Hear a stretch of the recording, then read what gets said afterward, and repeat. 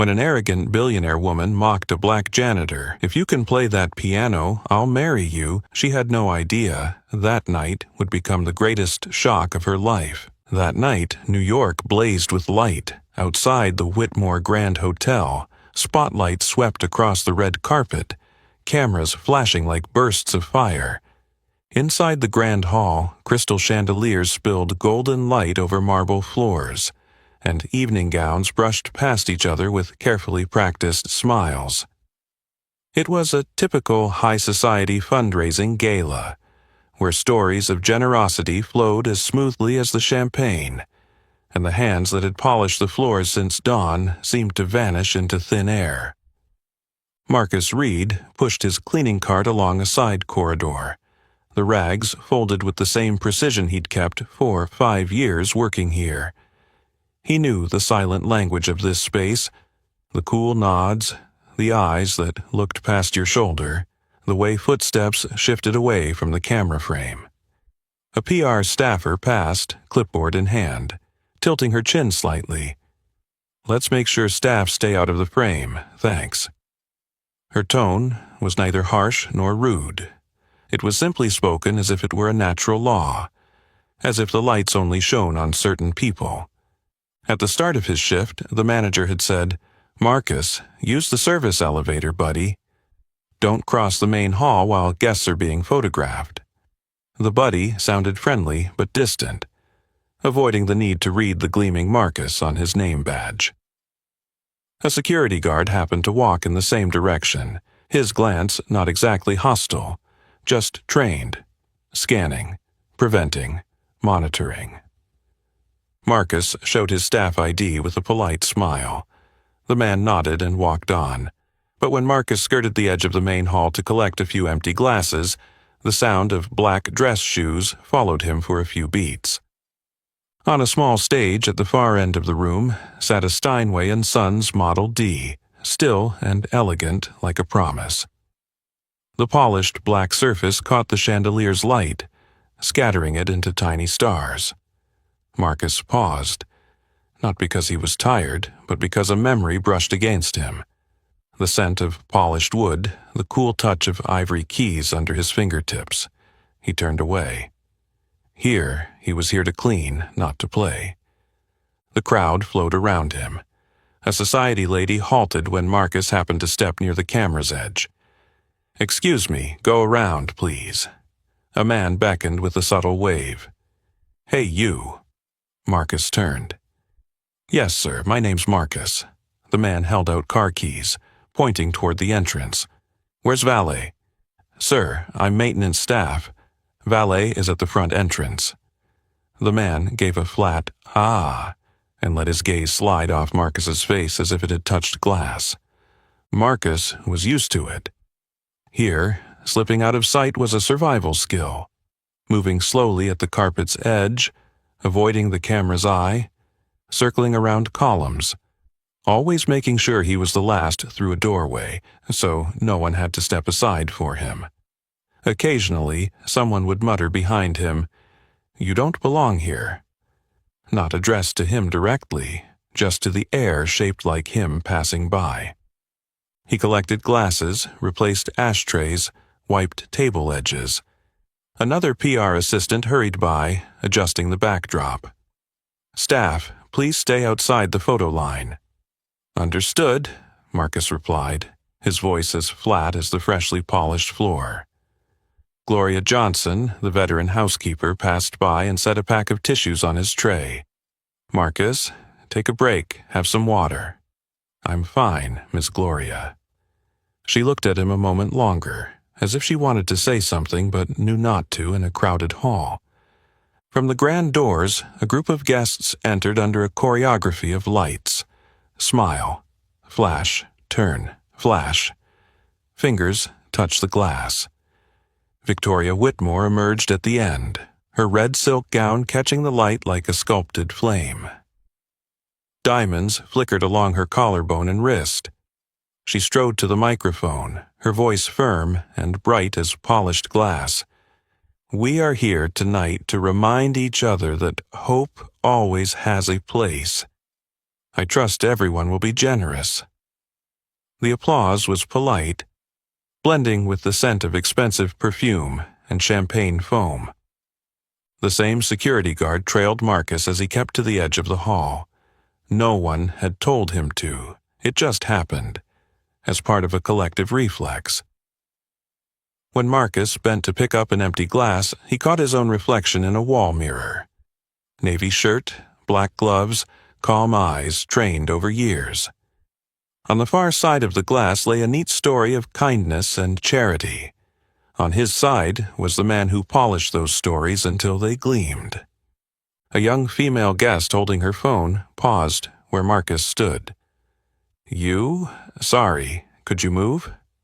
She didn't look at his name tag. "Yes, ma'am, I'm Marcus. I'll step aside." His name fell softly between strands of background music, so light it seemed no one heard. He stopped at the edge of the stage, scanning the table setup. Napkins folded precisely, glass count correct, ashtrays under half full. Another security guard approached with a polite smile. "Sir, this area is for guests." "Yes, I'll be out once I check the glasses." "Thank you." The smile wasn't unfriendly. It just had a thin layer, default suspicion. From the mic, the PR host announced the schedule. Speeches, an art auction, then a special piano performance by a guest artist. Marcus glanced at the Steinway again. From somewhere, his old teacher's voice whispered, "Don't count the keys. Feel the music." He shook his head. Here, feelings weren't his job, invisibility was.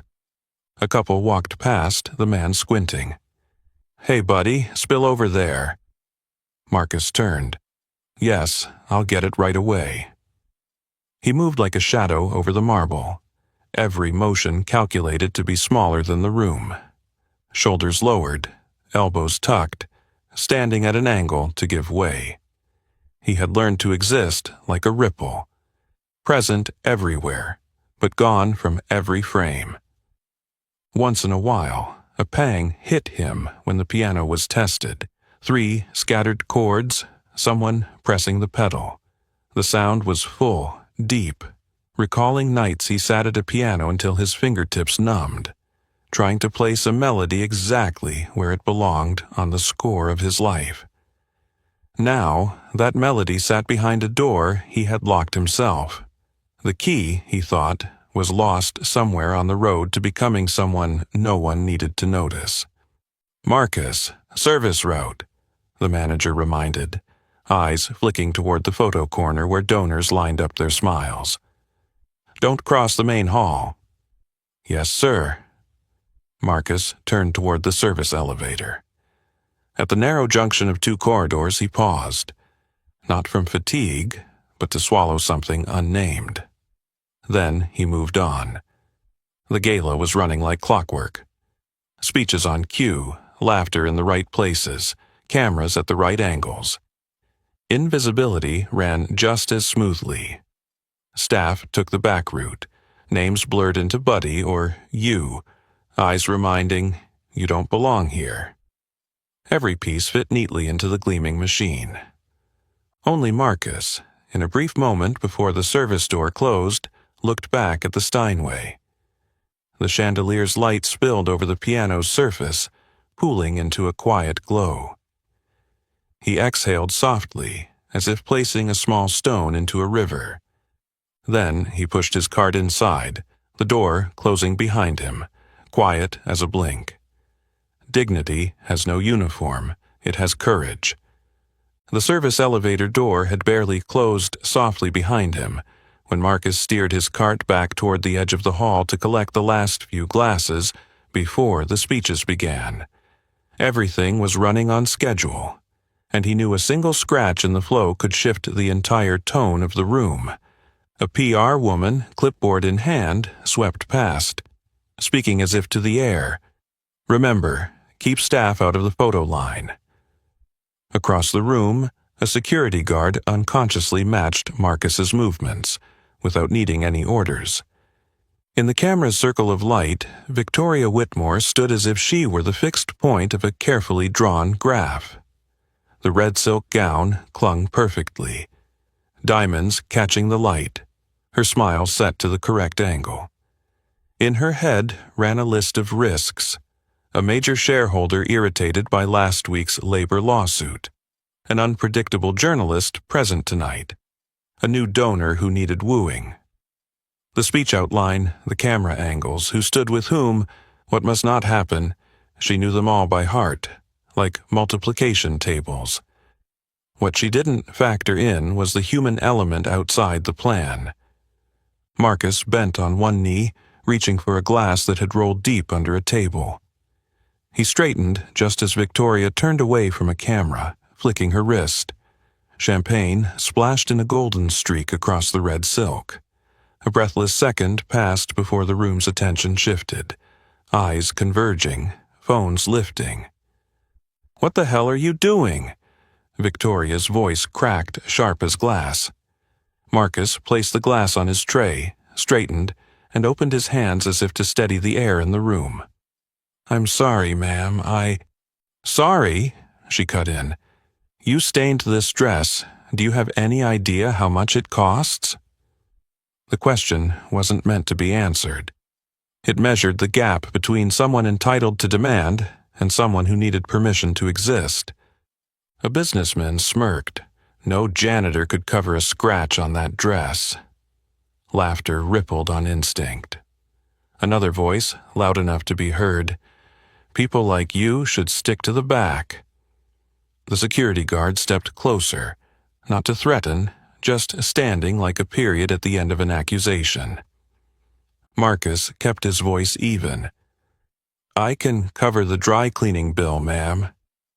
He knew the words were as thin as tissue.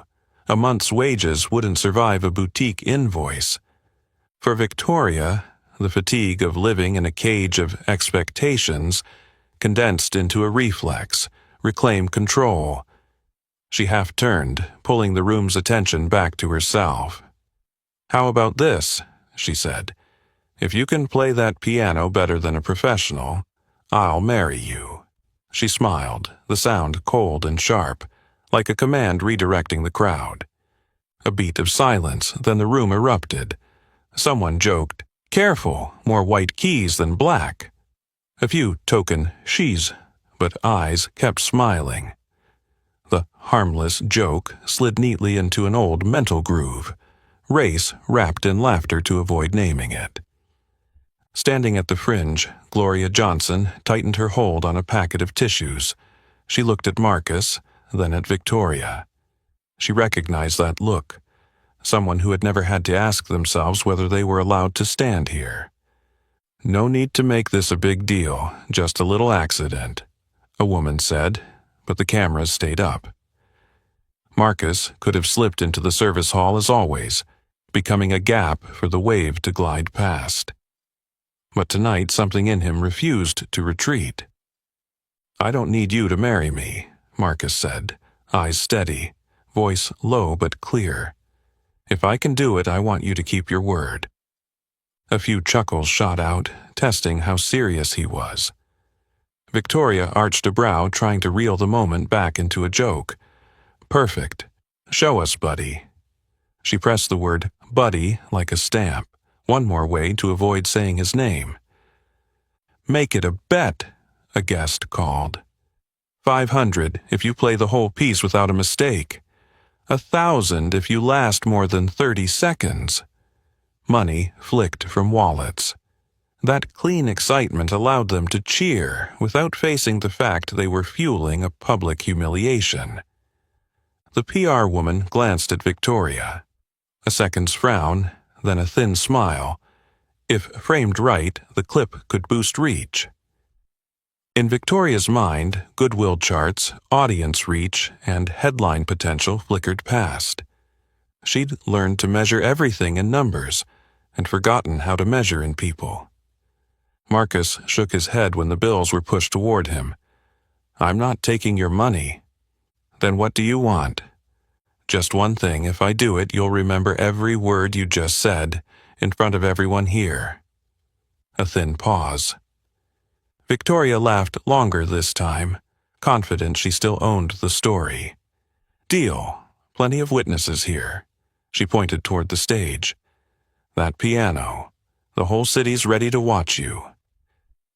The security guard walked in parallel, escorting a moving Risk. David Chen, the music critic, stood still like a comma, observing how a smirk could rewrite a person. He looked at the Steinway, then at Marcus, eyes flickering with anticipation. "Come on," someone urged, smiling as thin as a blade. "Don't keep us waiting, lots of white keys." More laughter, loud but cold. Victoria adjusted her gown. For a split second her gaze touched Marcus, not as a person but as a prop to be assessed. Deep down, the fatigue was still there. Urgent emails, early meetings, shareholder pressure. But she'd chosen to let that exhaustion spill into power, and power without restraint always found the lowest surface to pour onto. Marcus inhaled. He set the tray on the nearest table, removed his gloves, folding them neatly. All the habits of making himself smaller than the room, he performed them one last time before stepping into the space opened by eyes and cameras waiting for a fall. "After you," Victoria said, voice smooth but cold. "Time to prove it, buddy." The room swelled with an ooh of excitement. At the crowd's edge, Gloria gave the smallest shake of her head. Only Marcus saw it.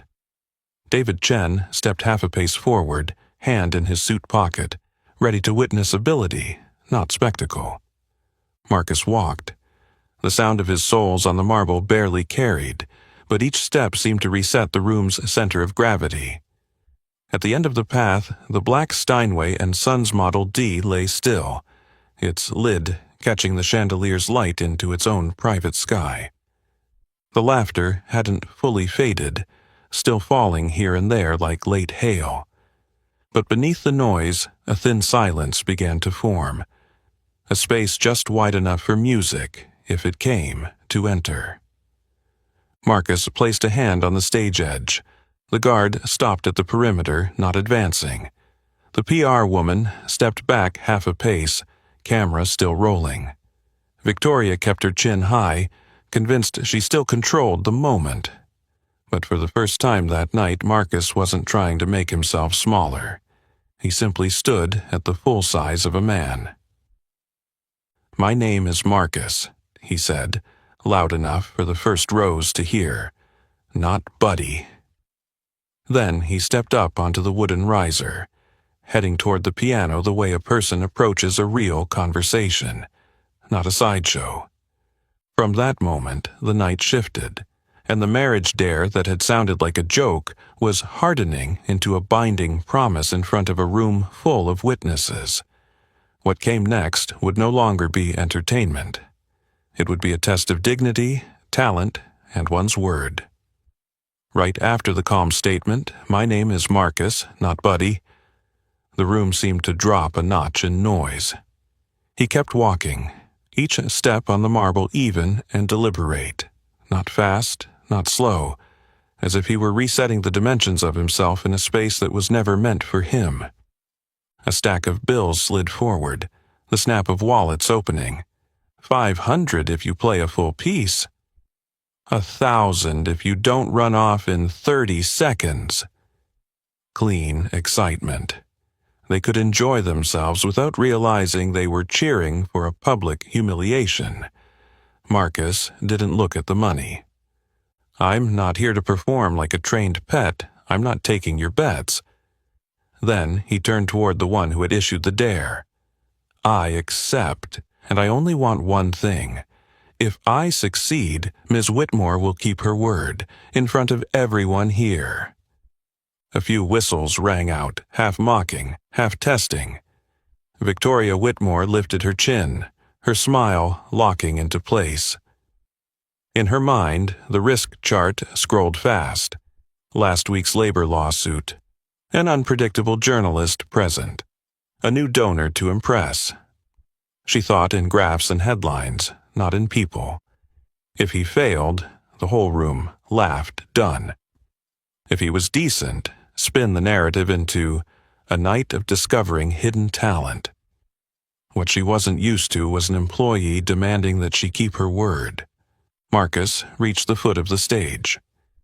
2 security guards immediately stepped in, blocking him out of habit. "Sir, this area is for performers and guests only." The tone was polite, the boundary soft, but real. Marcus stopped, didn't argue.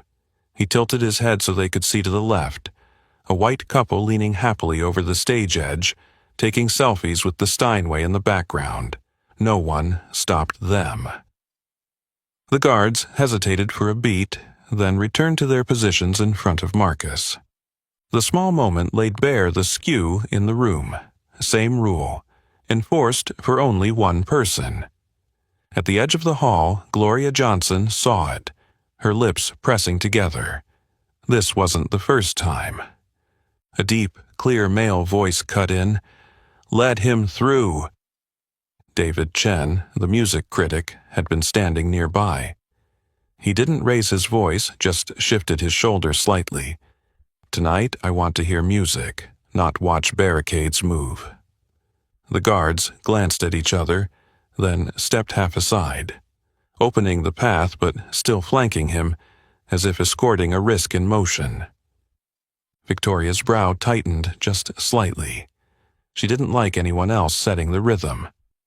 PR touched her sleeve and murmured, "Better if Chen speaks up, adds legitimacy." Victoria inhaled, returned her smile to its trained setting, the one she'd perfected all her life, turning emotion into procedure. A female guest muttered, "They should clean the piano too, Sweat." A light touch, bitter underneath. A polite remark carrying baked-in bias. Marcus removed his gloves, folded them neatly onto the tray. A small, decisive gesture, like shedding the invisible uniform. He looked up at Victoria. "Let's confirm one last time. You said, if I play better than a professional pianist, you'll marry me. I don't want that. I want you to keep your word, in whatever way you can, publicly." A male guest laughed. "Smart. Customizing the prize." Another added, "Keep her word how?" "Write a check." Marcus shook his head. "I don't need a check. I need proof that words here carry weight." David Chen nodded. "You're talking about public accountability." "Yes?" In Victoria's eyes a flicker of hesitation, then it was gone. Around the room, phones were raised, tiny lights blinked. The risk chart ran again. Labor hashtags, conservative shareholders. She smiled, stamping it shut. "We're all witnesses here." David Chen followed. "And if he plays at a professional level, I'll say so to the press." A few short bursts of applause. Part of the room was ready to value principle, not just spectacle. Marcus nodded, stepped onto the riser. One guard instinctively shifted closer. Marcus didn't look at him, only at the path ahead. For years, it had always been blocked by mechanisms dressed in courtesy. Tonight, he was walking through, under his own name. "Let him through," David Chen repeated, as if placing a period at the end of the sentence. The guard froze, then moved to the edge. Below, the selfie couple still joked about white keys, black keys. No one shushed them. The entire room's eyes were on one man, and its expectations gathered for a fall. Marcus stood before the Steinway & Sons Model D. He placed his palm on the lid, cool, solid, familiar. He didn't open it yet. He looked down, calling the challenger by name. "Miss Whitmore, I want to hear you say one thing. Clearly, I will keep my word." For the first time that evening, Victoria missed half a beat. She wasn't used to reading lines someone else had written, but in front of too many cameras with PR nodding for her to lock the narrative, she lifted her chin. "I will keep my word." The final syllable was thin as wire. It was both a promise and a fence. Gloria released a breath only Marcus noticed. He lifted the lid. The hinge gave a soft, clean click. In the front row, a woman whispered to her friend, "What if he really can play?" The friend shrugged. "Then we've got a good story." They still spoke about a story, not a man. Victoria kept her smile, her thumb brushing the now dry champagne stain.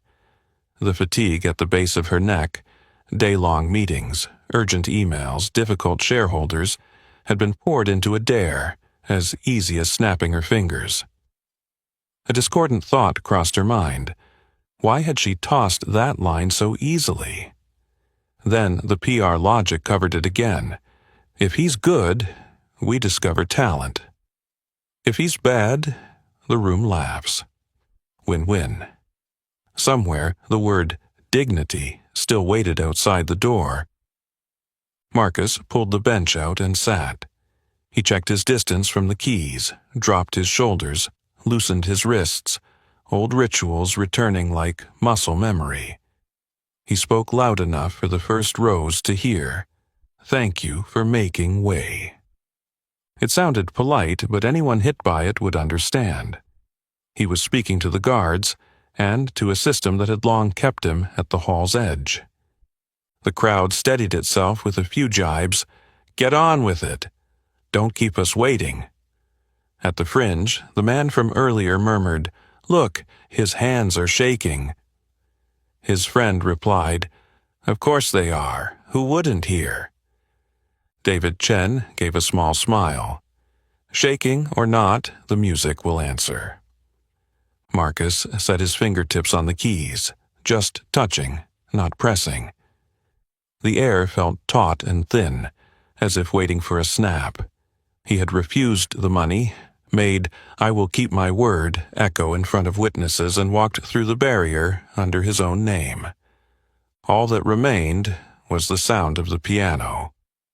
All that remained was the sound of the piano, and when it came, it arrived not with noise, but with a breath that seemed to touch the air itself. Marcus struck the first key as if tapping gently on the surface of water. No showy rubato, no flourished runs, just a clean note, then a second that opened the door for summertime to step in. He chose a tempo half a beat slower than usual, giving each phrase room to breathe. His left hand laid down a soft foundation, like bare feet on a summer sidewalk. His right hand spoke sparingly, each note falling with exactly the weight it needed. The pedal was pressed briefly, released quickly, letting the resonance cling to the marble of the hall before dissolving like mist. Marcus wasn't telling a story. He was setting down sentences. The silence between them didn't block the listener's ears. It invited them closer. In the second row, the man who had joked about white keys, black keys, left his smile hanging midair. Then it folded in on itself, extinguished like a candle capped under glass. His champagne stopped trembling. A woman recording video tapped her phone off, laying it face down as if afraid to make noise. The room's laughter didn't vanish instantly. It shrank, dried, and rolled to the edges. David Chen leaned forward, his trained eye missing nothing. The way Marcus anchored a low note to keep the line centered. The way he sidestepped flashy technical riffs in favor of restraint. Beautiful touch, warm tone, not a warmth achieved through tricks, but through intent. A player who knows what he's saying, and to whom. David noted how Marcus bent two blue notes at just the right moments, holding and releasing them so that a familiar melody became strange again. In the front row, Victoria Whitmore kept her polite smile, but her jaw softened a notch. She had prepared two neat scenarios to spin the narrative, yet this sound belonged to neither. From a thin seam in memory, she saw herself at 10, sitting at the old upright at home, her elderly teacher pressing her hand down and saying, "Silence is also a note, young lady." Victoria had hated that lesson. Back then, silence meant absence. No money, no power, no applause. But now, the silence Marcus poured into the room carried a different weight. The Steinway answered him as if it had known him for years. In the bridge, Marcus tilted the harmony into shade. Not darkness, just depth. He held a single note long enough for people to realize they were waiting. And that moment shifted the room. From a crowd hungry for spectacle into an audience listening. Servers slowed their steps. Security guards lowered their shoulders. The PR rep, for the first time all night, stopped checking her mental dashboard. Marcus looked at no one. His posture was calm. Shoulders dropped, back easy, eyes sometimes half closed. Not in performance affectation, but because he was listening to the way the notes touched the walls, echoing back like waves. He wasn't presenting himself. He was returning to himself. Each phrase he laid down rewrote a line on a resume that had been crossed out. No more buddy, no more you, no more people like you. Here, in this moment, was Marcus Reed, a man with a name, with a voice. From her spot at the edge of the hall, Gloria Johnson's eyes glistened. When Marcus slid into a small ornament, she thought of all the mornings she'd watched the staff clock in, each carrying a life no one bothered to ask about. She felt this music walk alongside them, as if someone had stepped out from the service hallway, set a chair in the middle of the red carpet, and said, "Sit, tell me." Somewhere across the room, the hum of the HVAC, background noise everyone had lived with, vanished from consciousness. The man with the cigar lowered his hand. A woman adjusted her shawl and forgot to finish, leaving her fingers resting idly in her lap. Someone started to sigh, then stopped, afraid to spill whatever delicate drop was balanced on the rim of the moment. Victoria glanced at the patch of champagne on her gown, now dried into a thin ridge. She wanted to think about image damage and media opportunity, but the thought refused to flow. She realized she had no ready words for this. She had believed everything could be labeled KPI, ROI, sentiment, but this music was labeling her back. Not heiress, not future CEO, not net worth package. It called a person out from behind glass. The sensation was as unsettling as touching a place she hadn't in years. Marcus circled a short variation, then let go of the urge to display. He stopped before the coda as if standing at a crossroads. He chose the simpler road home, returning the melody to where it began, without embellishment. It was a cultural decision. Summertime, in his hands, wasn't a finger exercise. It was a doorway into a current of memory. Porches in summer, front steps, voices that softened the edges of a long day. He didn't need to say black culture. Anyone with ears could hear its current. For a moment he looked up and caught Gloria's eyes. No smile, no nod, just a glance that confirmed he knew she was there. And therefore knew that all the people like her, those hands that polished floors to a gleam since dawn, were here too. David Chen listened closely enough to notice what wasn't played. He silently counted the length of the pause between phrases, the way Marcus returned to the tonic without weight. This wasn't an accident. It was a choice. He dipped his head slightly, as if accepting an invisible handshake. Maturity in music lies not in adding more, but in leaving more out. When the final note fell, Marcus lifted the pedal, letting the sound die away completely.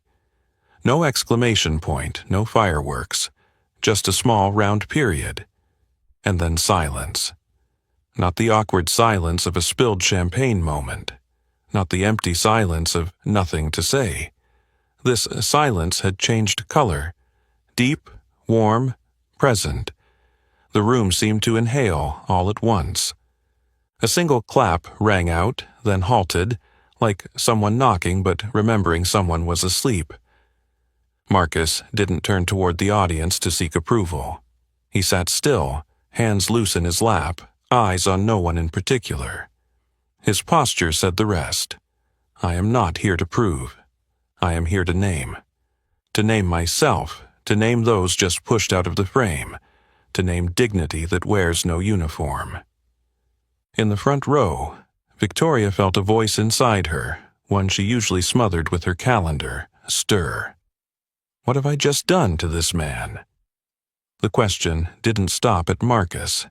It swept back over all the staff she passed without seeing each day, over the emails requesting, use the service elevator, stay out of the photo line. It left a thin chill at her neck. She looked up at the chandelier, the light that had always sided with her, and for the first time that night she saw it as neutral. A young server, tray in hand, stood frozen as if spellbound. She swallowed hard, eyes shining for reasons she couldn't name. Beside her, the guard who had instinctively blocked Marcus let his elbows drop. He didn't apologize, didn't need to. The silence was doing it for him. Marcus touched a small closing cord, not to prolong, but to set the room back on the ground after the bend it had just taken. Then he lifted his hands from the keys, lowered the lid one notch without closing it. He turned his head to find David Chen. They didn't speak. A single nod held the whole sentence. I'm still here. Any laughter, if it still existed, was now at the margins. At the room's heart was a new quiet, one both carved by music and left behind like soil for the next thing to grow. In that place, jokes about white and black keys had no space, because people had just heard something beyond the color of the keys. Marcus inhaled, exhaled. He didn't rise. He let the room reset its heartbeat. And in the front row, Victoria, the hostess who had tossed a marriage dare like a stone into a pond, felt every ripple come back to the shore where she stood. She understood. From here on, every word she spoke would have to pass through this silence. The first piece was over. The room had changed color, and the control, what Victoria had thought was hers, was quietly sliding toward the piano. The transformed silence hadn't yet faded when Marcus tilted his head, as if listening to the room one more time. He didn't stand. He simply rolled his wrists, reset his distance from the keys, and changed languages, from the lull of summer to the clean architecture of the classics. A sonata, the skeleton of discipline, came to life. The opening theme was crisp, clear, allegro moderato. Marcus's left hand built a rhythmic wall with evenly rolled chords, mechanical in precision but never overpowered. His right hand drew a thin cantabile line, delicate yet sinewed. He used the pedal sparingly, releasing it exactly at the cut points so each movement revealed its structure instead of being cloaked in a fog of emotion. In the transition, he staged a dialogue between the two hands, a 3-2 cross-rhythm meshing like gears. Every accent landed just enough to support the next phrase, never forcing it. The room, so used to being served sensations, found itself unconsciously counting with him. The man with the cigar lowered it from his lips, setting it carefully into the ashtray as if smoke might smudge the clean lines. An older woman tilted her head, narrowing her eyes, the reflex of someone who'd once studied piano, checking the voicing. In the back row, a young man lowered his phone, forgetting vertical mode entirely. Perhaps the clip no longer seemed enough. David Chen shifted half a foot, leaning in to catch more of the mid-range. He noted the rare control, smooth legato on the 4th and 5th fingers, trills clean without stray notes, the PP to FF climb without a gasp. In the development section, Marcus carved the theme into fragments, rotated and reassembled them, the arc of dynamics rising by intellect, not adrenaline. David exhaled softly, almost to himself. Virtuoso. The word fell in 2 beats. Cautious, then certain. Marcus wasn't trying to steal hearts. He was building a bridge. Those who had come for sport understood halfway across. They were standing before art. The faint shifting of chairs subsided. The guard who had stepped in to block him earlier lowered his shoulders.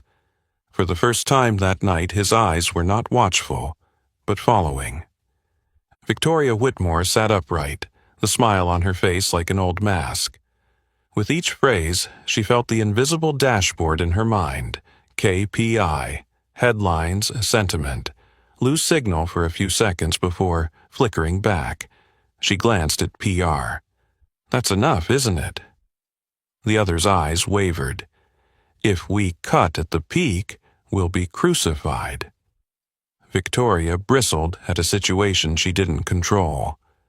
She wanted to put down the period, to bring the night back onto the outline she'd planned. In the coda, Marcus let the arpeggios pass like a draft of wind, breaking on the dynamic stair just before a fort, then refusing to step on it. He returned to mezzo piano, closing the phrase with a cadence as clean as a boundary line. This was the power of control, knowing where you could be loud and choosing not to be. Another silence. This time, applause erupted instantly afterward, sharp and full. Not the polite clapping of a gala. This was recognition. A few people half rose, then one whole row stood. Prejudice hadn't vanished. It had simply stepped back, glancing around for allies. David Chen lowered his chin by exactly a centimeter, a professional's gesture. He angled slightly toward the waiting cameras. Professional standard. No waving hands, no exaggeration. A line of invisible text had just been signed and sealed. A few reporters exchanged looks. They had their pull quote. Victoria felt control slipping away like sand through her fingers. She stood in the natural pause, clipped the mic to her lapel. "Thank you," she began, voice smooth as glass. "A truly impressive performance. Now, let's—" Her words were drowned by a lone shout. "More!" Then another. "Encore!" The crowd, which she had steered from the start of the night, was now choosing its own path. PR swiveled toward her. "Let him do one more, Victoria." She pressed her jaw, thumb unconsciously rubbing the dried champagne stain. "Back to work," Victoria said quietly, mic off, aimed only at Marcus, her last attempt to snap the reins. Marcus looked at her for a beat. Not defiant, not submissive, just looking. The gaze wasn't hot, but had an edge. "You just said you'd keep your word." In the front row, a few guests turned to each other. They had heard her enough, even without the mic. Her face had said it. An older woman, silent until now, spoke up clearly. "We'd like to hear more." A heavy-set man, who'd eagerly bet earlier, nodded rapidly. "Yes, more." The young man in the back turned his camera on again, but this time to record music, not a stumble. The guard glanced at his superior. The latter shrugged and moved to the edge. The room's center of gravity had shifted away from the hostess, toward the man at the piano. Victoria set the mic down, her smile returning but thinner, almost transparent. Inside, she heard a faint crack. The image, the shell she lived in, fracturing at the seam. She worried about shareholders, about tomorrow's headlines, about dinner with the donor, but at the same time, an uninvited question came. Why do I want to cut this short? The schedule? Or because I can't stand that someone who doesn't belong here just redefined the room? Marcus swiveled his bench slightly, staying on stage.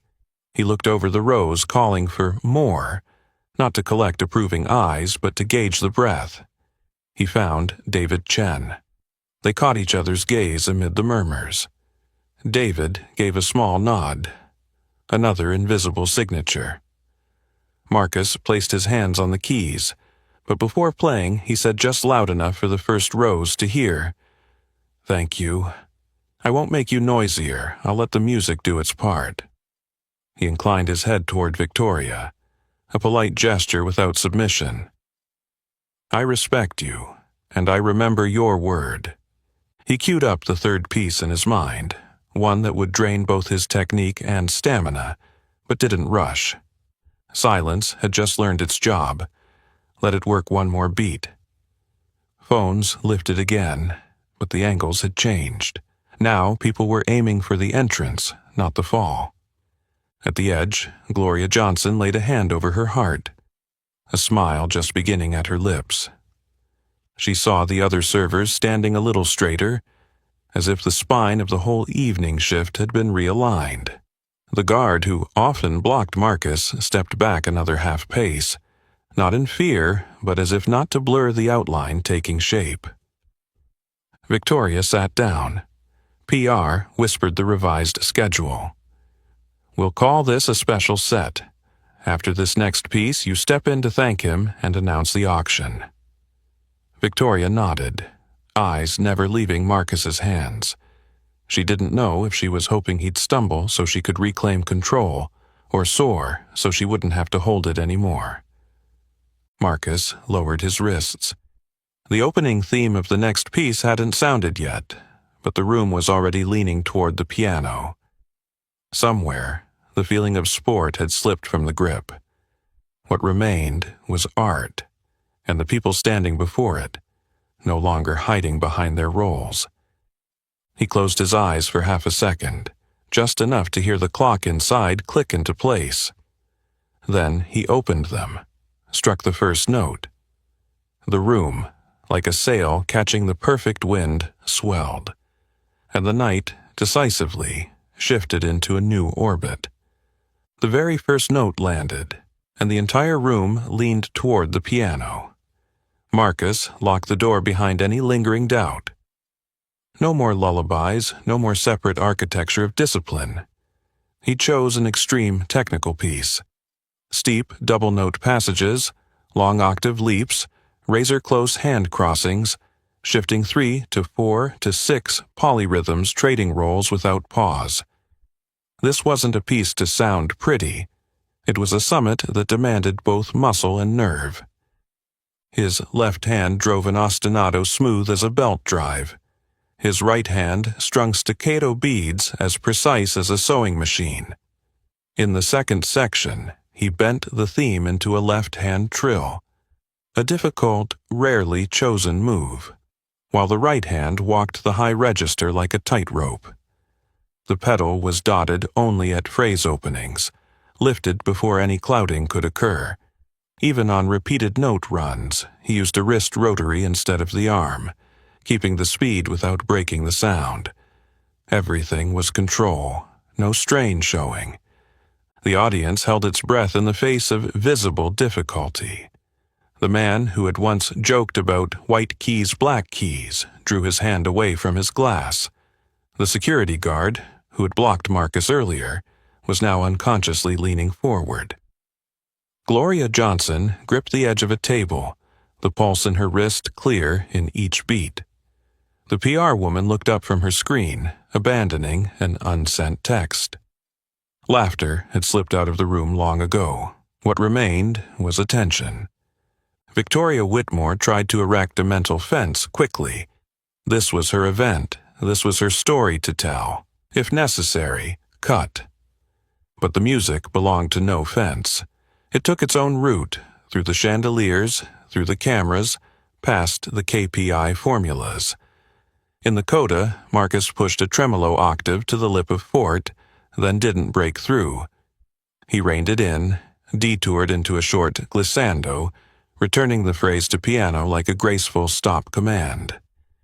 The break was so smooth that the whole hall felt as if it slid half a step further. Silence. One beat, two. Then an explosion. A thick, unified standing ovation erupted. The front rows stood, then the back. Chairs clattered. Glasses chimed, but no one cared. Phones rose like a forest, no longer hunting for a fall, but holding on to a moment. At the stage's edge, David Chen clapped half a beat slower than the rest, as if to measure it precisely, then spoke just loud enough to be caught by someone's recording mic, at a very high professional level. Marcus remained seated, hands loose. He didn't bow yet. He gave the room back to itself. The commotion belonged to them. Victoria took the mic. "Thank you," she began, but the clapping didn't drop. One group of guests shouted, "Encore!" Another called, "Marcus!" She tried again, her voice smooth, "We!" This time, the applause surged like a wave, not hostile, just not hers in this moment. PR whispered at her shoulder, "Don't cut it now." Her phone buzzed constantly. Internal messages, social media tags, an email from legal counsel, "Avoid binding statements. Marriage is a personal legal matter." From mid-hall, a man's voice rang out, "You said you'd marry him if he played better than a pro." Another followed, "Keep your word." Several cameras pivoted up to her face, stage lights catching the rise and fall of her collarbones with each breath. She remembered exactly the "I will keep my word" she'd said earlier, words Marcus had made her repeat. They felt like a lock now, clasped around her wrist. Not a legal shackle, but a moral one. In her head, two dashboards crashed into each other. Reputation, shareholders, donors, lawyers, marital clauses on one side, a room full of witnesses, a respected critic's professional level on the other, and a video already on fire. She knew, legally, the joke meant nothing. Marriage couldn't be coerced, she could dismiss it as hyperbole. But in the court of public ethics, she was cornered. Refuse, and the story became heiress promises, then reneges. Go along, and she was locked into a personal decision. Irrational, dangerous. Marcus rose just as the clapping dipped a notch. He didn't walk toward the mic. He bowed slightly, enough to honor the room standing. Then he looked straight at Victoria. No demand, no pressure, just the reminder in his gaze. The words are on your side. David Chen stepped half out of his row, speaking at a clip-worthy volume. From a professional standpoint, he just performed at a level I'd gladly put my name to in print. No more, no less. It was exactly the stamp that tightened the moral lock. A few donor faces turned to each other. They knew Chen's words had weight. PR nudged the mic toward Victoria. "We talk about keeping one's word and supporting talent. Flip the narrative." Her phone lit up again. An investor asking, "What's going on?" A journalist requesting a statement. Corporate counsel texting, "Do not confirm intent to marry." Victoria flashed back to her teens the first time she was told, "Don't let anyone steer you. Keep your hands on the wheel." Now, the music was steering. "We'll pause here." She tried, but another corner of the room answered, "No, more." The crowd wasn't rude, they were united. And that unity, through applause, through the critic's signature, was demanding she face her own words. Marcus lifted his hand, signaling for quiet one more moment. He said just enough. "I don't need a wedding. I need people to keep their word." The line reframed the debate, out of marital law, back into the ethics of speech. Something everyone understood, everyone could judge. An older woman, clear-voiced, with authority, called out, "You can keep your word another way. But you have to keep it." Several heads nodded. A way out cracked open.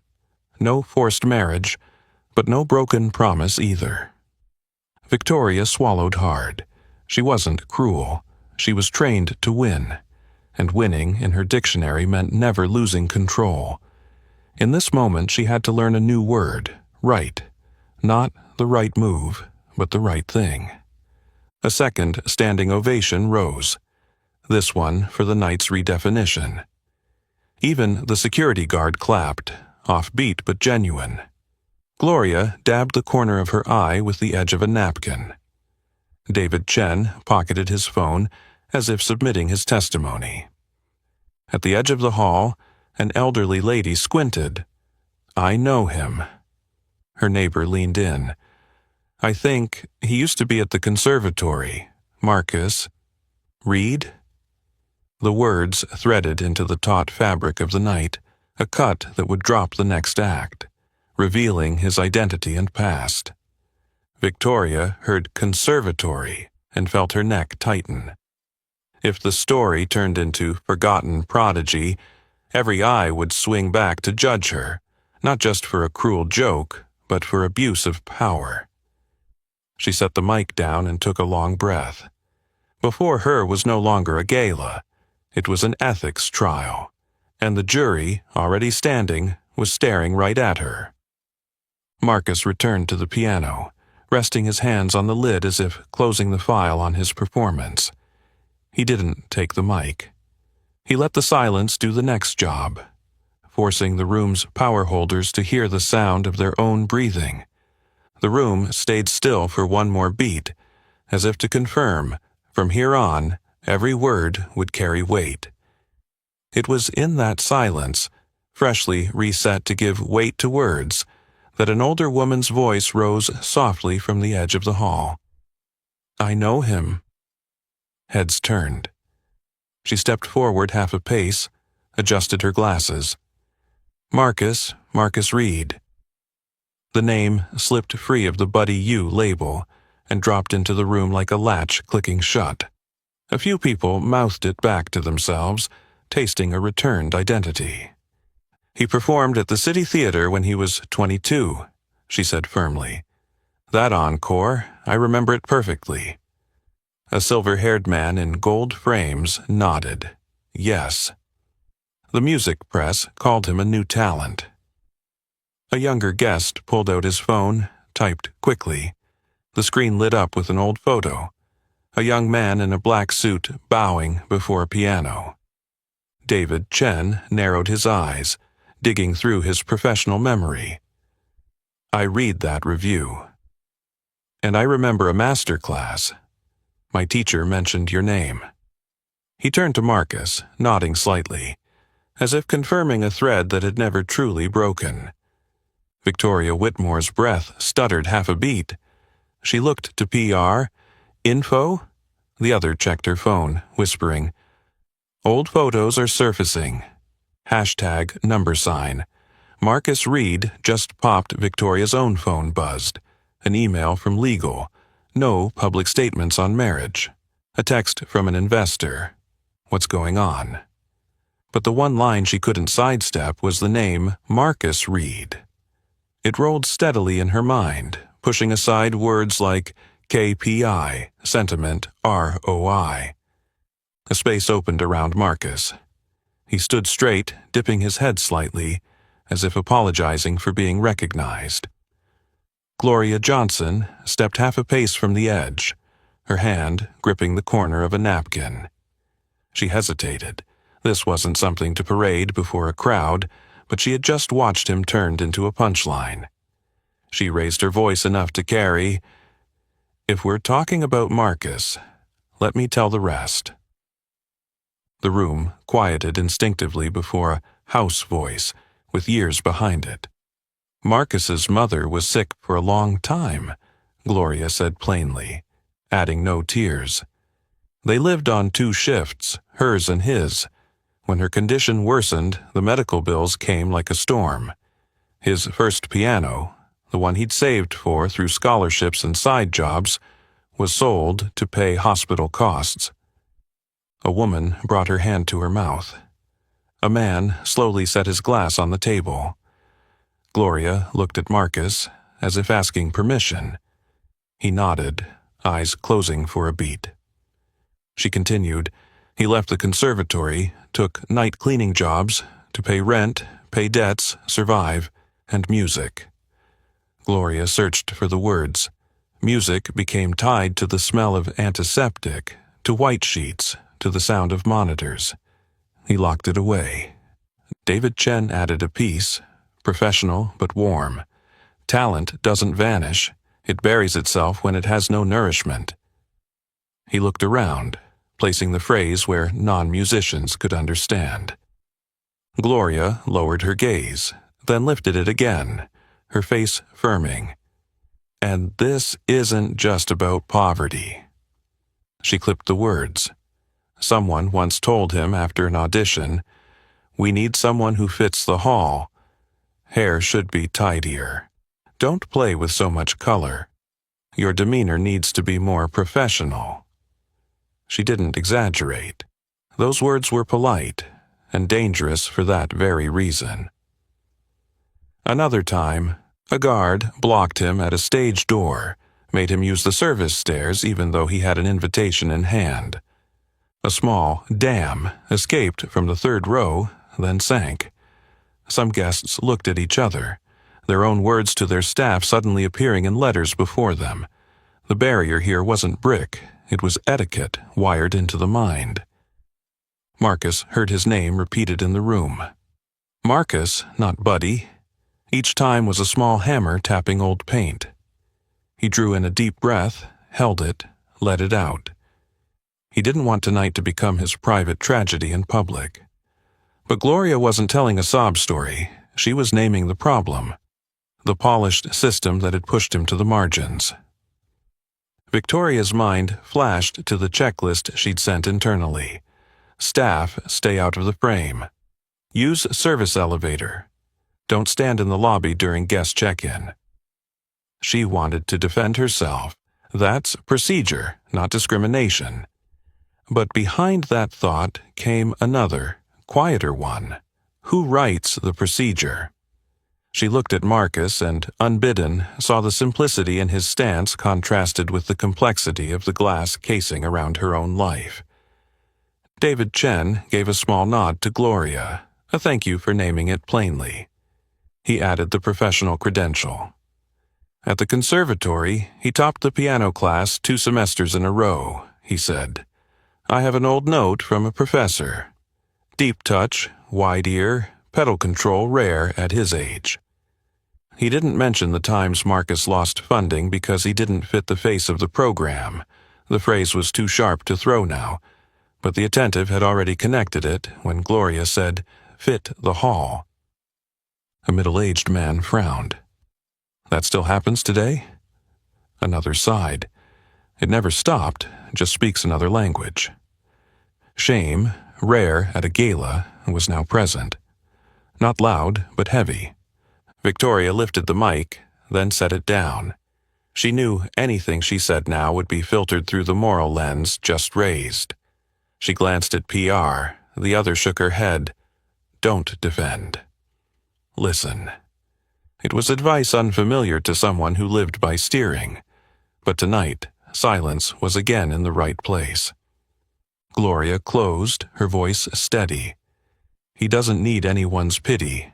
He only needs to be called by his name and not be blocked from doors that should already be open. She turned to Marcus, smiling.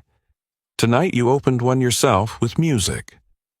Marcus nodded, eyes damp but steady. He looked around the room, at people who had laughed earlier, now sitting upright, at the guard who had blocked him, now slightly bowing his head, at Victoria, her face blank for a rare second, like someone seeing her true reflection. I didn't leave music because I stopped loving it, Marcus said, speaking about himself for the first time tonight, his voice low, clear. I left because every note I played took me back to the hospital room. I needed to do something simple, pay rent, pay debt, survive. He paused. Tonight, I remembered why I learned to play, not to get applause, but to be a person. The line clicked a second lock in the room. Recognition was no longer about skill. It became agreement that before them stood a whole human being. At the hall's edge, the woman who'd begun the recognition said softly, "We've lost you for too long." David Chen replied, as if entering it into the record. "From now on, write it right. Marcus Reed." Marcus nodded, a faint smile. Victoria Whitmore stood in the middle of waves moving against her. She knew the game had changed. No more cut at the PR beat, no more rewrite the narrative with a few neat lines. Before her was a man who had reset the measure of dignity, and behind her, in the phone still buzzing, was a world demanding she keep her word in its true sense. The night, from here, would not return to its old structure. And the next act, media storm, pressure, closed-door conversations, was already standing just behind the door that had been called open. The "say his name" silence had barely closed when the hall erupted in a storm of phone alerts. Screens lit up in scattered blue dots. Push notifications pinged without pause. A young man shouted, "It's on TikTok." Another added, "X is flooded with clips." On several phones, the same headline repeated, "Heiress mocks black janitor. Then he plays like a genius." Beneath it, hashtags swelled by the second. $, Marcus Reed, $, keep your word. $, Whitmore Grand. One viral edit cut Victoria's Marriage Dare directly against Marcus's Summertime and Sonata performance. A fast-moving news account slapped a small chyron across the bottom. Publicly promised marriage? At the door, security reported. News vans outside. Reporters requesting entry. The hotel's PR fielded calls stacked on calls.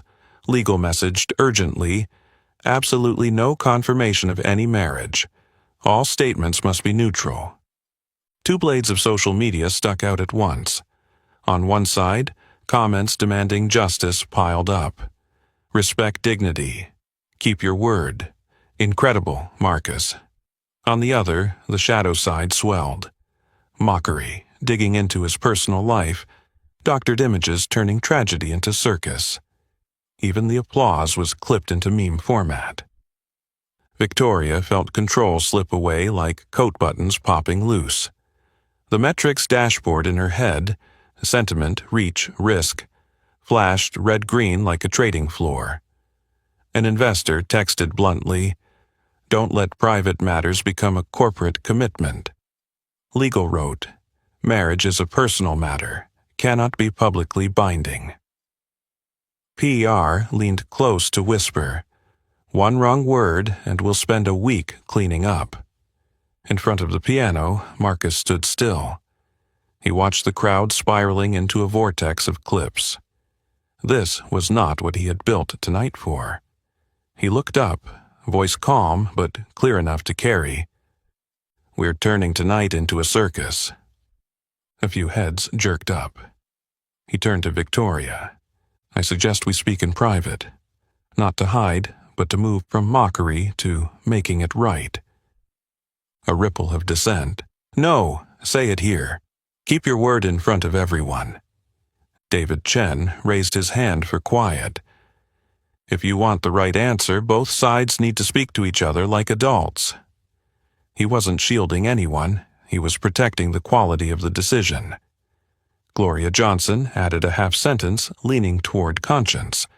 "Let them talk." Victoria met Marcus's eyes. No pleading, no threat, just an invitation. A string inside her slackened. She gave the smallest nod. PR mapped it instantly. Manager's office, second floor. Security opened a path through the sea of people and cameras, forming a corridor out of elbows and polite murmurs. A few shouts followed, but David Chen stepped in with a soft block. "You'll get your answer, give them 5 minutes." The front row felt quiet, stepped back half a pace. The cyclone swung off Marcus's heels and fixed on Victoria's back. The office door shut, the noise dropping like a dialed-down volume knob. Victoria leaned against the table, thumb rubbing the faded champagne stain, a habit when tense. Her phone glowed with incoming calls and texts. Legal team, PR group, 2 shareholders, a reporter. Marcus didn't sit. He stood a measured distance from the desk, hands loosely clasped. "I'm not here to force you into a wedding," Marcus began plainly. "I want you to keep your word the right way, to the person and to the culture of this place." Victoria looked up. "Keep your word? Can that be quantified?" Her tone stayed smooth but dry. Years of experience told her everything had to be converted into measurable units before it could be managed. Marcus nodded. "It can. 1. A public apology. Use my name, acknowledge the act and its impact, none of that if anyone was offended language. 2. Concrete commitments." He counted them off on his fingers. The Reed Family Scholarship Fund for underprivileged music students, quarterly free community concerts, and bias awareness training for management starting with you. He paused, eyes steady. 3. Procedural change. Remove the keep staff out of frame rule. Call employees by name, stop blocking service elevators without cause, set up listening sessions with frontline staff and an anonymous channel. Victoria heard training, listening, drop procedures, and felt a flicker of irritation. These, to her, were synonyms for losing control. She swallowed the reflex and asked, "And your part?" "I take no money. I take an opportunity to return to music, to play for the public, especially where music is rare. I'll advise you on building a culture of respect, not on stage, but in hallways, in emails, in meeting agendas." In Victoria's mind, two voices wrestled. The old voice, "This is a crisis. Shut it down. Forget it." The new one, quiet but right, "This is your one chance to do something that matters." She looked at Marcus, realizing what unsettled her most wasn't his demands, but his precise calm. No begging, no bargaining. He was setting the standard. Her phone buzzed again. Legal. Only say, respect for talent, commitment to inclusion. Avoid, keep your word, too risky. PR, if we pivot to scholarship plus programs, positive spin possible. Investor, avoid setting a precedent. These arrows all pointed to a safe path. Speak smoothly, do little. But that safe was now dangerous. The crowd had already heard, "Keep your word." Dodging it would pour fuel. "If I do this," Victoria asked slowly, "will it be seen as admitting to a systemic fault?" Marcus, "If the system has a fault, admitting it is the only start to fixing it." She hesitated a beat at the simplicity of it.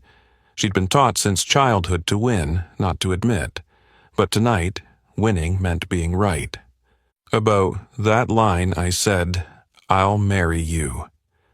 Marcus, "No one has the right to force marriage. You can keep your word in the human sense. Use your power to lift, not to press down." The words settled into the room, like a weight that fit exactly. Not ornate, clear. They paused. The far-off noise outside the hall was like surf behind glass. Victoria, for the first time, let go of the champagne stain under her thumb. "I need one thing. I don't want to become a character in someone else's clip. If I agree, I'll say it in my own words." Marcus, "All I need is for it to be done. The words are yours. The work is ours." The door cracked open. PR poked her head in. "They're waiting." TV's already inside. David Chen stood just outside, not crossing the threshold, asking only, "You two all right?" Marcus looked to Victoria. She took a long breath, not for show, but to choose. "I'll apologize. Announce the scholarship fund, the community concert program, management training, and procedural changes," she said crisply, like listing an investment portfolio. Only this time, investing in people. She looked up at Marcus. "You come with me. But when I speak, I speak." Marcus, "I'll stand there, to confirm with my name when needed. Victoria tapped out a quick message. Prep statement. No marriage mention. Emphasize, keep your word through action. Legal sent back a draft. Unconditional apology plus specific commitments. She read it, deleted the hedging phrase, if anyone was offended, replacing it with, I was wrong. A small move, but it hurt. Before opening the door, Victoria paused, asking half for business, half for truth. If I slip, what will you do? Marcus. Remind you of your word in front of everyone.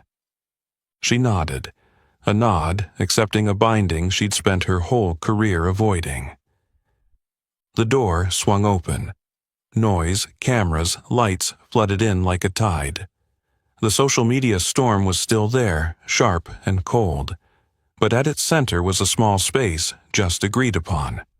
A shift from mockery to making it right.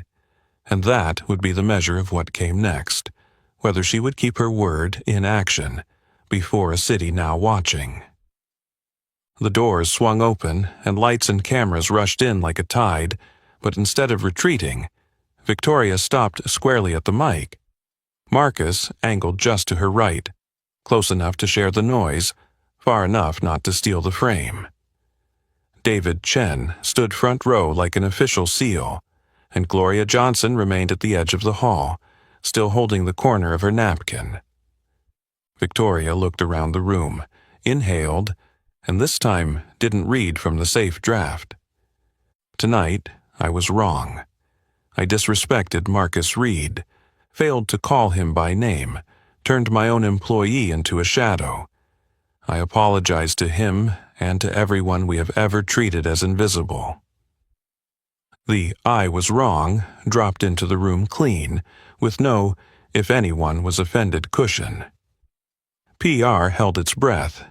Legal fired off messages, but it was already too late. In a good way. She went on steady. About the line, I'll marry you. Marriage is not something to be wagered. I will keep my word the right way, through action. Starting tonight, I'm announcing a program of rebuilding and reform. The room leaned toward the mic. Some cameras turned to capture Marcus. He neither nodded nor shook his head. He let the words run their full course. First, Victoria said, we're establishing the Reed Family Scholarship for talented music students without resources, with priority for underrepresented communities. The fund will be run by an independent board. Whitmore Group is just the sponsor.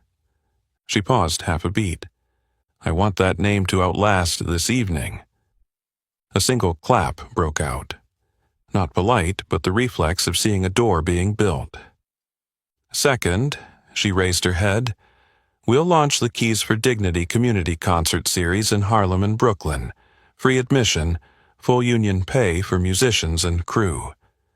Marcus Reed will open the first show, and we commit to bringing music to places that rarely hear it. Marcus turned to her and said quietly, that's the part I agree to. Cameras caught it, quietly anchoring it to the official record. Third, Victoria said, mandatory anti-bias, DEI, training for all management, starting with me. We'll hire an independent firm, conduct anonymous pre- and post-surveys, and publish the results. A skeptical, sounded somewhere. PR stunt? But David Chen tilted his head as if marking it. Measurable means accountable. Fourth, her tone hardened, I'm scrapping the staff must not appear in frame rule when not required, and removing service elevator blockages in non-security areas. Starting tomorrow, all managers will address staff by name. She scanned the room. Anyone who doesn't stay. A wave of murmurs rippled through staff at the edges. A few instinctively adjusted their name badges, as if to make them seen.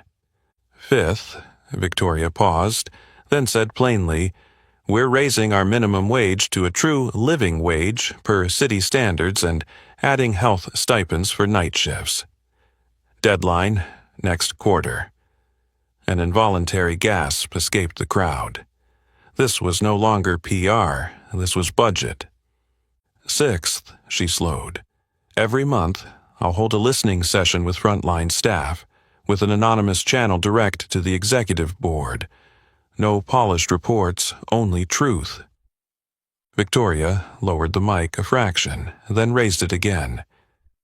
And finally, I'm inviting Marcus Reed to serve as my independent human values advisor for 1 year.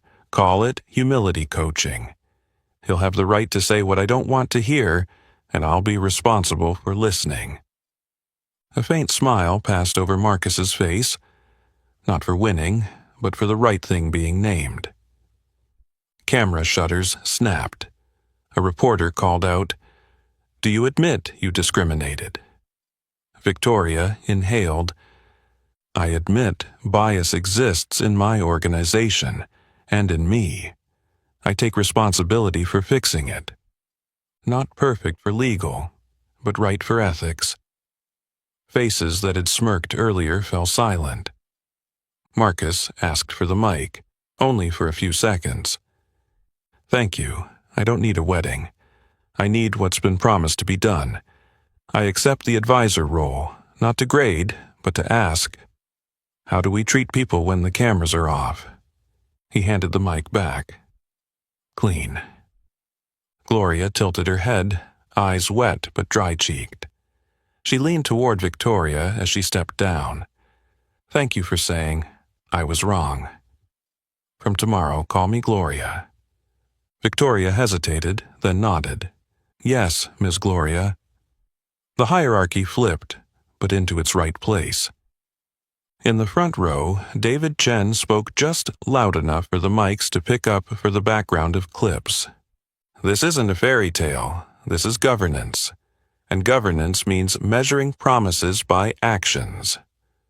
A definition planted among the forest of hashtags. Still, the other side of social media scratched. The hashtag number PR stunt rose alongside number keep your word. One account sneered, "A few concerts and it's over." Another replied, "Living wage is real." The two edges of the internet ran in parallel, but now the checkpoints were drawn: timelines, programs, fund name, listening session schedule. Truth had a place to land. PR handed over a rough printed timeline. Q1, scholarship applications open. Next month, 2 Harlem, Brooklyn concerts. 8 weeks, first DEI training. Next week, no staff in photo signs removed. Next quarter, new wage table. Victoria initialed the corner, not legally binding to the public but like a self-imposed contract. A shareholder texted, "Short-term loss." Victoria replied, "Long-term risk reduction." She knew she'd have to prove it in the quarterly report, but for the first time she felt a breath of space under the pressure. Marcus turned, offering his hand. Victoria shook it. No photo op, no performance. Cameras still pressed in, but in that clasp they split the weight in half. "Tomorrow I'll send the schedule for the first session," Marcus said. "I'll invite cleaning crews, security, kitchen staff, the ones who use the service elevator." Victoria nodded. "And I'll take that elevator with them." The words escaped before she could stop them, but they were right. A reporter threw one last question. "Do you call this keeping your word?" Victoria looked straight into the lens. "I call this keeping my word through reform. See you when we report progress." She set the mic down. "No bow. Do first, bow later." The room loosened slightly as if it had just exhaled. The social media storm still screamed outside, but at the eye of it the frame was built. Scholarship, concerts, DI, wages and benefits, new policy, listening sessions, a human values advisor. Things that would either take root or expose who broke their word. Marcus looked at the piano for one last beat. He wouldn't play again tonight. The music had done its work, bending the room so words could enter. The rest would be timelines and labor. And as the camera lights lowered, he saw Victoria walk to Gloria first. She spoke quietly, clearly. "Ms. Gloria, thank you for reminding me with the truth." For the first time, she called a staff member by name in front of the whole hall, not to be recorded, but because it was right. The night wasn't over, but law and life had a new agreement. The rest was simple. Keep the word. They stepped out of the meeting room just as the noise in the lobby was cresting.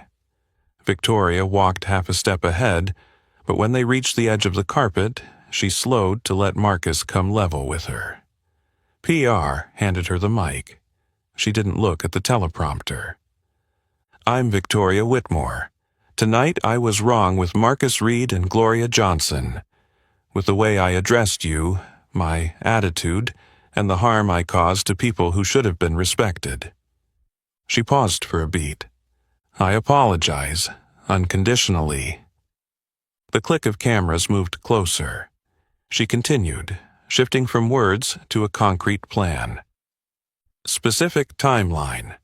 Reed Family Scholarship applications open on the 15th next month. Independently managed. Board list will be announced this weekend. Keys for Dignity, Harlem. 2 Saturday nights next week at 6:30 p.m. Brooklyn, Sunday next week at 5 p.m. Free admission, full union pay. Mandatory DEI training for all management. 8 weeks, anonymous pre- and post-surveys. Public report next quarter. No staff in photo policy ends tomorrow morning. Service elevators opened in non-security areas. Staff addressed by name. Wages and benefits. Implement city living wage and night shift health stipend by next quarter. Listening sessions. I will host every Monday at 9 a.m. in the B1 break room. Anonymous feedback channel goes live tonight. She closed her notebook and looked straight ahead. Our cultural KPIs will include turnover rate, internal satisfaction score, percentage of complaints resolved on time, and pay gap by function. I am personally accountable for these numbers. A ripple of surprise moved through the hall, not at rhetoric but at deadlines and metrics being staked. David Chen gave a small nod, like a final stamp of authenticity. Victoria lowered the mic and turned toward the staff standing at the edges. "Ms. Gloria, thank you." Then to the blue, white, and black uniforms. "Tomorrow, if I call anyone Buddy, remind me by my own name." There were a few small, relieved laughs, but this relief had a spine. PR signaled the tech team. Behind the stage, a large screen lit up with a temporary poster. Black background, white text reading Keys for Dignity, with Marcus Reed's name and performance dates beneath. At the bottom, in small print, a community concert series by Whitmore Grand. Admission free. No flashy logo, just enough to be recognized. Victoria didn't take the honorary seat. She stepped off the platform and found a spot in the third row, between a security guard and a waitress. She folded her phone, face down on her lap, no more looking at dashboards. The room shifted with that gesture, control lowered a notch, no longer pressing down on the music. Marcus said nothing more. He sat at the piano, lid closed by a third to sweeten the bass and soften the upper register. "This one's for second chances," he said softly, "and for those who've been made invisible." The melody he wrote wasn't ornate. The opening motif was 4 notes, up a step, down a half step, back home. Like the way people hesitate then decide. Left hand kept time like night shift hallway steps. Right hand traced a line so clean you could hear the space between phrases. Midway, he glanced a shadow of summertime, not quoted whole, just nodded to, then turned into a warm harmony, not sad. He wrote for the present, not for an old resume. Victoria watched those hands and, for the first time, didn't see a performance, but labor. Labor like the cleaning shifts she had walked past. Next to her, the guard who had once blocked Marcus rested his hand on his knee, thumbed an old wedding ring, then pulled his hand back to avoid making noise. The waitress on her left counted time with her eyes, lips holding a faint smile. In the coda, Marcus skipped the fireworks. He brought back the 4 opening notes, softer this time, like a room that had learned how to say sorry properly. He lifted the pedal before the last tone could cloud. Silence fell again, now like a seat just big enough for anyone to sit in. Applause. Steady, full, but not loud. When it faded, Marcus rose and gave a small bow, enough to thank, not to repay a debt. He met Gloria's eyes. She nodded. "Well done, Marcus." He met David Chen's. Chen replied, "See you in tomorrow's column." Victoria stood with everyone else. She turned to the guard. "My name's Victoria. What's yours?" "Darren." "Nice to work with you, Darren. Tomorrow I'm taking the service elevator. You'll show me the way?" Darren nodded, the corners of his mouth easing, awkward, like someone handed back the shape of being seen. A group of guests approached Gloria, asking about Monday's listening session. She took out her notebook, wrote down names, and said, "Take service elevator B, but next week everyone uses the front door." Half joke, half truth. Enough to make a few people laugh aloud. PR laid out a hastily printed roadmap on the check-in table. Timeline, points of contact, anonymous email. Victoria's signature scrawled in the corner, not for show, but for accountability. A few young staff took photos, sent them into their internal group chat. The first comment popped up, "Call me by my name." The second, "See you Monday." David Chen paused at the Keys for Dignity poster and told a reporter, "The best script isn't hero-villain redemption. It's that after the final chord, we still have work to do." It was the kind of line that, dropped into the close of a news segment, could slow the internet's over-scripting instinct. Don't chase the ending, wait for the report. As guests began to leave, the "No Staff in Photo" sign in a hidden corner was taken down by tech crew. They hesitated, looking to Victoria. She nodded. "Remove it. Don't put it back." The empty screw hooks were left bare, a visible scar of what had been wrong. Marcus stayed until last. He covered the keys with the cloth, hand resting a beat longer than necessary, like someone closing the door to an old home. Victoria stepped up, no mic, no cameras. "Thank you for not turning me into someone else's clip," she said quietly. "Tomorrow, if I slip, remind me." "I will. And if I keep my word, remind me too." Marcus smiled. "I will, so others can see it." Outside, New York dropped another shade into night. Inside, people leaving the hall passed the cleaning crew starting their shift. They greeted each other, called each other by name. Not perfect, but in the right direction. The last line of the night didn't come from a mic. It came from the way those people looked back at those they had once made invisible. Clearer, closer. Dignity has no uniform. It has courage. The night at Whitmore Grand closed, but the lesson opened. Dignity has no uniform. It has courage. And a promise is only worth as much as the actions that keep it. Have you ever been made to feel invisible or seen someone else treated that way? What would you do to speak up next time? If this story resonates with you, please like, share it with friends, and subscribe so you don't miss the next episode.